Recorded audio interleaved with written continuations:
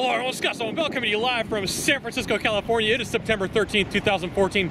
Thought we'd talk about a form of self-sabotage. Now, I'm not going to tell you what it is.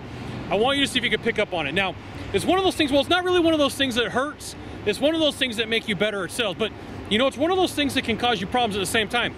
And, you know, a lot of times I'll ride with salespeople and I'll just sit there and I watch them and I listen to everything they have to say. And it's not necessarily that I listen to everything that they have to say, it's everything that I watch that they do.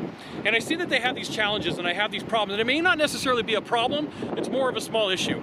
And while I watch them as they go through their process and they talk to their buyer and the person that's going to end up giving them some money, well, it's not that they're going to give them money, they're going to exchange things for goods. Hopefully you've picked up on it so far. Now, I see people do this a lot where they get into a sales process and they start correcting themselves consistently over and over and over and over and over again. And the conversation, every time that it starts going, and just like we're talking right now, and it starts going, it starts going, it starts going, all of a sudden they stop and they go, well, it's not really a conversation, it's more of just, we're just going back and forth. And all of a sudden the conversation has to backtrack. And so, you know, the person who's listening is like, all right. So, you know, if it happens once or twice in a short amount of time, that's okay. But if it happens over and over and over again, it hurts the sales process. Now, I wouldn't say that it hurts the sales process, it just is a minor setback.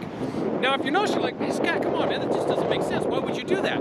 Well, one of the things that happens in sales sabotage is nervous energy gets the best of a salesperson.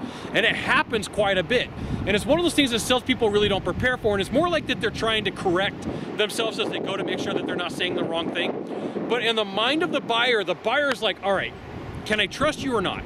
I mean, that's really, can I trust you or not? But then the salesperson just keeps consistently backtracking and starting their story over again. Well, it's not really that it's a backtrack on the story, it's more of a correction.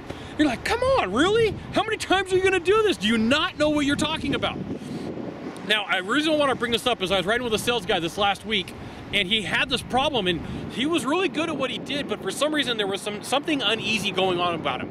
There was something going on in his life, there was an issue going on, and he just kept, every minute, I stopped counting after about 15 times of him doing it in 20 minutes, that I'm watching the buyer and their body language, they're starting to freak out, and they start tapping their foot, they start looking around. He ended up not making the sale, and the reason was he was not ready to give a presentation. Whatever was going on was stopping him from having the right conversation that was allowing him to move forward.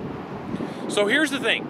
Anytime that you're giving information to somebody, you got to pretend like you're the movie director in their brain. You got to pretend like there's only a short amount of information that you can give them without it having to move all over the place and have a problem within having that conversation. So here's the thing. Sales sabotage happens. Salespeople do it consistently. They don't pay attention to the sales process. They don't pay attention to what they're saying and what they're doing. No, it's not that they're not paying attention to what they're saying they're doing. They just don't do it, okay? I just did it again. But something like that is really hurting your sales and it's causing you to lose money. Let the other guys lose money. Let the other guys who don't pay attention and don't take the time to learn about sales training and sales sabotage make this common mistake. Now, if you could do a small favor for me in the box down below, leave a comment, question, or story, that would be fantastic. To the right or to the left, there's a subscribe button. You can hit that also. And then there's like the big thumbs up, which means, hey, Scott, that was awesome and that was cool. And then send it out to all your friends. Scott Bell. Oh, wait a minute. YouTube, stumble upon Google Plus, and send it out to all your friends. Scott Bell coming to you live from Crissy Field, San Francisco, September 13th, 2014. We'll see you soon. Thanks for watching. Aloha.